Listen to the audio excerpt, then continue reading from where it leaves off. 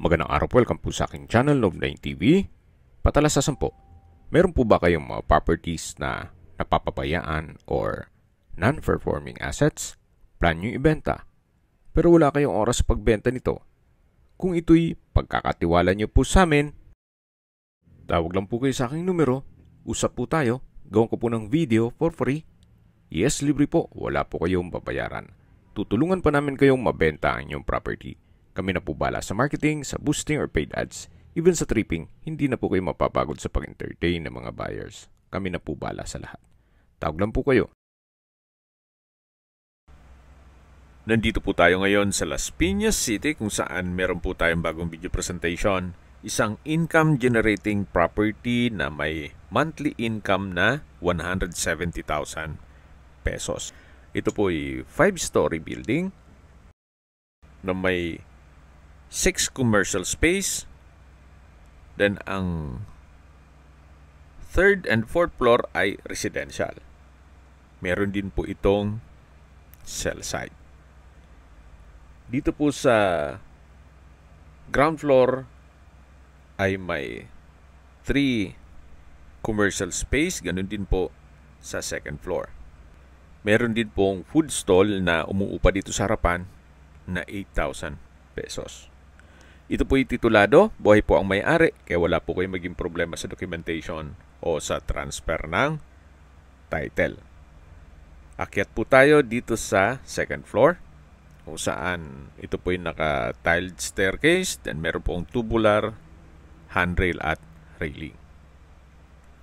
Ito po yung commercial space ng 2nd floor. 3 butas po yan. Then kada isang butas po ay 34,000 pesos. Ganun po kamahal na ang rentahan dito. Ito po ay along BC Road at commercial area. Ito naman po yung access door na papunta sa residential area. Naka-solid wood door, then tiled staircase. Samahan niyo po ako, akyat po tayo. Nandito na po tayo sa 3rd floor. Ito yung naka-aluminum screen door, then solid wood door. Yan po yung living area o salas. Then matatanong naman natin yung 1st bedroom, 2nd bedroom at yung 3rd bedroom. Ito pong building ay owner's built. Kaya yung disenyo nila, yung 1st and 2nd floor ay commercial. Then dito po sa 3rd floor at 4th floor ay residential. Ito po yung dining area. At tungkol naman po sa mga gamitan, wala pong nabanggit kung kasama po yan. Pero kung maibigay nyo, siguro makipag-negotiate na lang tayo. Ito naman po yung kusina. May kitchen countertop, kitchen cabinet, at storage ng kitchen utensils. Yan po ulit yung dining area. At dito naman po yung living area. Sa dulo yung mga kwarto. Dito naman po yung toilet and bath. Check natin. Naka-tile bathroom wall. May water closet with bidet. At meron pong hand wash basin.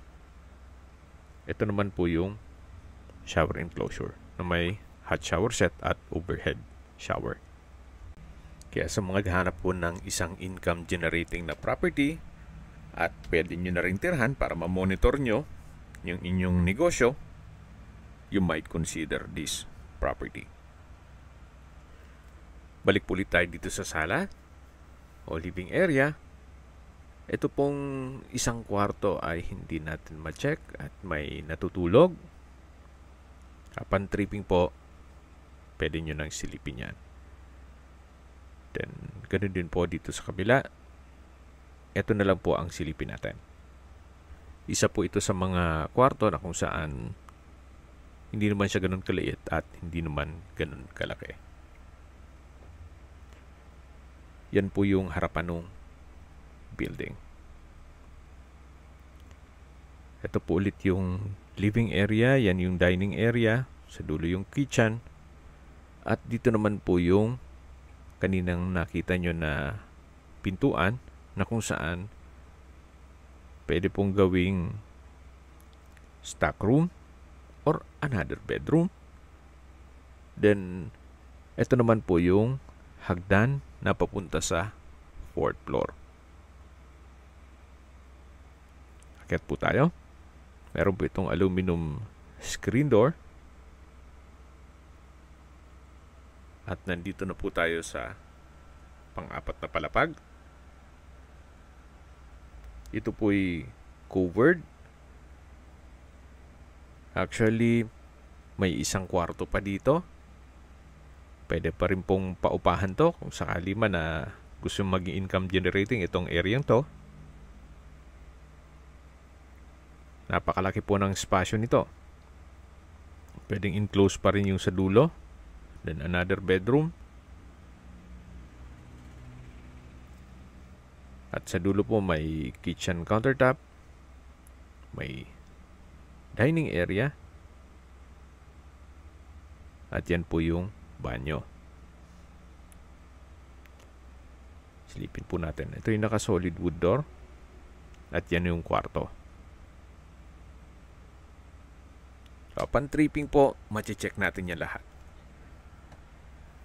So, ito po yung parang penthouse. Medyo makalat lang. Pero pag naayos yan, napakaganda po nito at napakalaki ng espasyo. Yan po yung kitchen countertop. Dito yung dining area. At yan yung living area. Ito may open space na pwede kayong mag-garden. At ito naman po yung hagdan papunta sa 5th floor. Na kung saan dito po nakapwesto yung cell site na nangungupahan din po ng 43,000 a month. Actually, pwede pa yung lagyan ng another room. Napakalaki pa po ng espasyo niyan. Okay, sa distance, location at travel time portion na po tayo.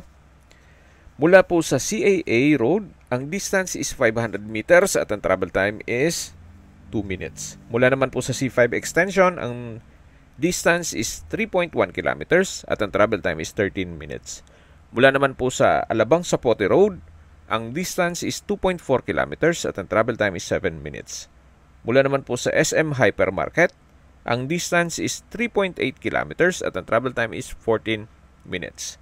Mula naman po sa Las Piñas Doctors Hospital, ang distance is 1.1 kilometers at ang travel time is 4 minutes. Yan po yung lagi kong binabanggit sa aking video na dapat nyo i-consider sa paghanap ng property, yung meron pong malapit na hospital. Hindi ko naman po sinasabing sakitin kayo.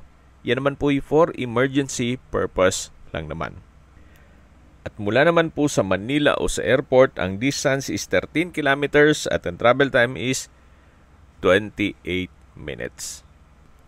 Binebenta po ito ni owner sa halagang 29 million pesos net. Ibig pong sabihin, si buyer na po ang sasagot sa lahat ng taxes at expenses with regard to documentation. Sa mga nag-skip po ng video, ito pong property ay nasa Las Piñas City. Meron po itong 6 commercial space at ang 3rd floor, 4th floor at 5th floor ay residential.